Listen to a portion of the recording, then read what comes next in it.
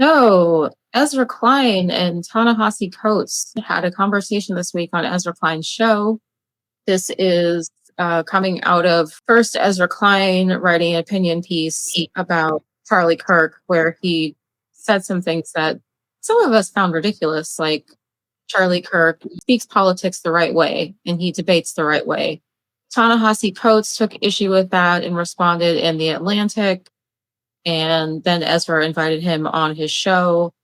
And so there are a couple of clips that I want to show you all to get your opinions, because they're coming from two very different perspectives about the situation. And it's actually a really interesting conversation.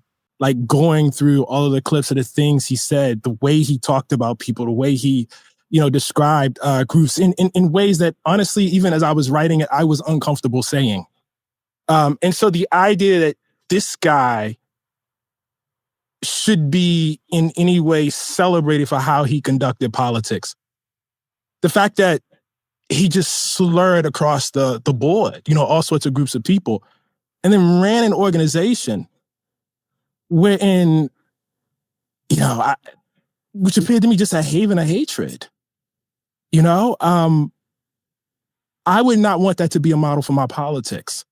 And I know, as we talked between us that, you are not attempting to make a statement for the entirety of it. But I guess I feel like at a certain point, somebody's legacy, or somebody does something that is so large, that it's tough to think about their legacy and take that out of it. And that's how I felt about it. So I think I want to get at the right level of disagreement here. So I think one thing for me is that, I don't know, for me, the immediate hours after somebody is murdered in public, when you see that sort of grief and horror pouring out of the people who loved him, and many people loved him, my instinct then is to just sit with them in their grief, right? To say, I can, for this moment, find some way to grieve with you, to see your friend the way, or in some version of the way you saw him, right? That's not my view of, the person's whole legacy, but going to people when they're grieving like that and saying, listen, I want to tell you really what I thought of your friend. Just feels like not what you do in a kind of a community. I can see people coming down on both sides of that. I actually think that actually is a great impulse, that after somebody's been killed, and not just killed, but because we live in the media environment that we live in, that it's seen and that it will live forever. And that person's family, you know what I mean? That it was being looped in front of all of us. Jesus Christ. Which I think has a lot to do with how this was taken. No, it's terrible. It's terrible. And to have to go, to have young kids who have to grow up knowing that is a thing that exists in the world. You know what I mean? And I'll go one step further on this. One thing I wrote about in that piece that I do worry about is I worry we are already in a cycle of political violence, of mimetic violence. I think about Pelosi. I think about Shapiro. I think about the near assassination on Trump. I think about when after that happened, I thought about me. I thought about you. I thought about all kinds of people I know, right? So I do think there's just something about when violence takes hold that that there's something about it that it begins to breach all lines. Yeah. So anyway, I guess that was part of my reaction too. I think all of that is understandable, but I guess, was silence not an option? Yeah, silence to me was not grieving with people. I felt it was important as someone who is liberal, as someone who has a voice, that there are moments like that. Like, I really do feel, and it's funny because you said something like this in your piece, but it was a little bit more offhanded. That political violence like that is an attack on us all. Right. And that in that moment, it creates, for me, even if it's very temporary, that it's important in a moment like that to sort of, come together, to try to see other people in their grief, to try to cool things down just a little bit. My favorite part of that is when Ta-Nehisi says, was silence not an option? He could have said nothing. You didn't have to applaud the guy and the way he carried himself. That's what I was thinking. Silence. Just don't say anything then. I mean, why wasn't silence an option? Yeah, after you put in your email what it was going to be about, I went searching for it. And so I watched it. And before those words came out of his mouth, the same thing was going through my head. Could you have just not said anything? Like, why did you have to insert yourself in that and say that he did politics the right way. I have a problem with using the word politics with what he did. It was just pure hate. He demeaned anyone who wasn't white, who wasn't straight, who wasn't Christian. That's not politics. Mm-hmm. That goes to your core, the core level of your humanity. And I felt like he didn't have any. And yet when he died, we were supposed to lionize him and all of a sudden reach deep, deep down and find our humanity for someone who didn't see humanity in us. Yeah, I had a problem with what he said. Whenever I think of Charlie Kirk's, how he died, which again was horrific and nobody should die like that. Something that comes to mind is he who lives by the sword dies by the sword. And I'm not like a super religious person, but that just always comes to my mind. And like Momo said too, we shouldn't praise this person in any way. And silence is definitely a response, because if you're going to comment in a rude way about his death and stuff, in ways that MAGA comments about stuff, you're just playing their game and you're just going to anger them more. And silence speaks volumes, I think. To Jazzy's point about Ezra being too much of a moderate, I think he really plays into this. We have to talk about both sides kind of game that the media likes to play. And again, that is not necessary. Why do you feel the need to share in the grieving of Charlie Kirk? Like, what does that accomplish? Maybe he's trying to show that he can be empathetic to someone whose views he disagrees with. But again, you don't have to say anything. Agree. Anybody else have or I'm sorry, Keisha, this is your segment. No, it's okay. We can show the next clip, please. The fact of the matter is, as horrifying as, that the killing of Charlie Kirk was, and as horrifying as the feeling is, this moment that we are in, an era of political violence, and I don't want to sound flip here, political violence is the norm for the Black experience in this country. It just is. I don't even mean like the Malcolm X, Martin Luther King variety of it, right? Which is the norm too. You would be hard pressed to have a conversation with a Black person in this country that is a descendant of slavery and not have them be able to reach maybe right here or to tell you themselves, look, my uncle, my grandfather, my great-grandfather, they lived in a small town in Mississippi, in Tennessee, in Alabama. They got into some sort of dispute with a white man, and either they were lynched or we had to run. Political violence runs through us. It is our heritage. Is that good? No. Do we valorize it? Absolutely not. Do we minimize it? Absolutely not. But a life free of it is not a thing that's really in reach in my time. Sometimes I think that having a historical scope that wide can make the present too deterministic. So to me, I look at the last, 8, 12 years. Mm-hmm. And what I see having happened is we, the coalition I am in, the things I believe in, lost ground. And people determinedly worked to make that so. Charlie Kirk worked to make that so successfully, right? I think that when he began going to college campuses and putting out a sign at a table, what he was eventually going to build was not obvious, right? I think he worked. I think he was a successful political actor. And I think that from when in 2016, we lost to Donald Trump the first time, very narrowly, won the popular vote, right? And then in 2020, we almost lost to him and began seeing we were losing a bunch of voters we thought we were fighting for, right? Losing more working class voters, losing non-white voters, right? Something was changing, but we won, so okay. And then in 2024, we really got our asses handed to us. And we let a much more dangerous form of politics fully erupt. And I think that reflects strategic decisions they made.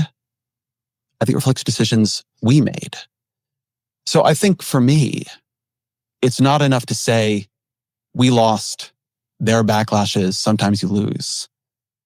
I think it requires like a very fundamental rethinking, like a disciplined strategic rethinking of what have we been doing? Why are people preferring this to us? And I do think that is like, it opens up into something more that I think that there is a practice of politics here that in a narrow sense, I was talking about Kirk, but in a broad sense reflects to something that I thought was going to be an argument stretching across the show for like a year, right? I think more of it came out in this than I'd intended probably. But I think in many ways we've stopped doing politics. We've written a lot of people off. And in writing them off, we are losing and we are unable to protect ourselves, unable to protect them, just unable to make good change in the world. Can you say more about that writing them off, please? Yeah. Why don't we start it here if we want to talk about writing them off? I've been obsessing recently for a piece I've been writing about the Hillary Clinton deplorables comment, and I want to play it. You know, just be grossly generalistic. You could put half of Trump's supporters into what I call the basket of deplorables. Right? The racist, sexist, homophobic, xenophobic, Islamophobic, you name it. And unfortunately, there are people like that. And he has lifted them up. He has given voice to their website that used to only have 11,000 people.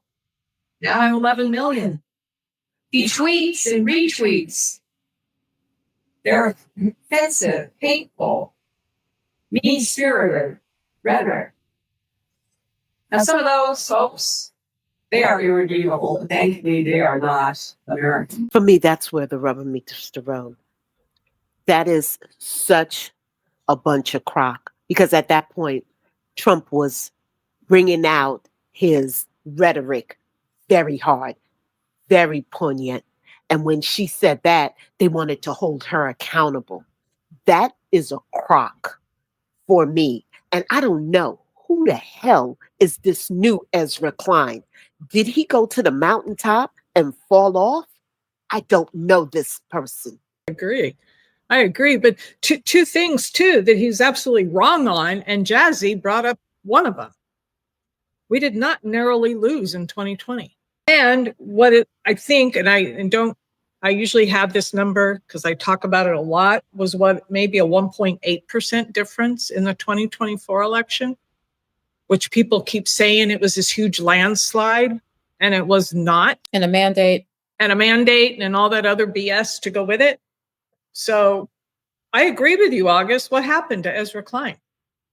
Yeah, I was screaming at my television while I was watching this conversation. And I never watched him much before this. I'd heard his name bandied about, but I never really knew what he was all about. But watching the conversation that he was having, I know one thing: I would never tune in again, because I just felt like he was full of crap. It just like with the deplorables statement, right?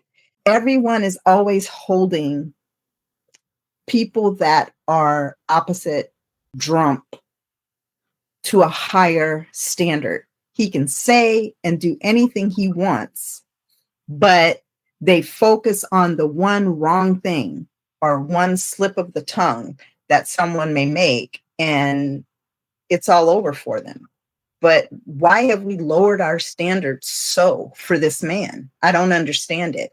I thought it was interesting that Ta-Nehisi said that for Black people who are descendants of enslaved people, political violence is what we know. And Ezra just kind of like discounted that and said, I think that's too deterministic. I think we should focus on the last 8 to 12 years. How do you just discount everything he said? Like, that's a whole, it goes back to the argument of, does the history of this country factor into our present? Or are we just going to ignore that and pretend like all we need to focus on is the present? It all matters. It's more comfortable to ignore it Keisha, because if we really stop and examine the state of this nation from its inception to now, we've never fulfilled our promise. Never. We haven't done it.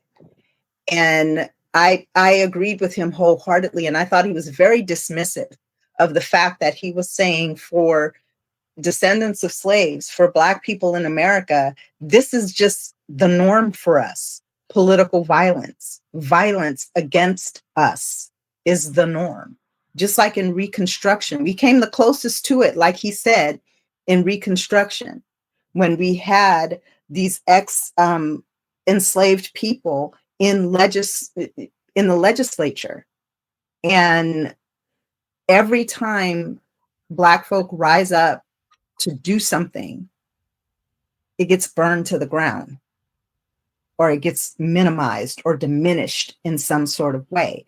And it's never going to change. It's never going to get better until we really stop and look back and examine our history as a nation. We can't fix it if we've never admitted that it was broken.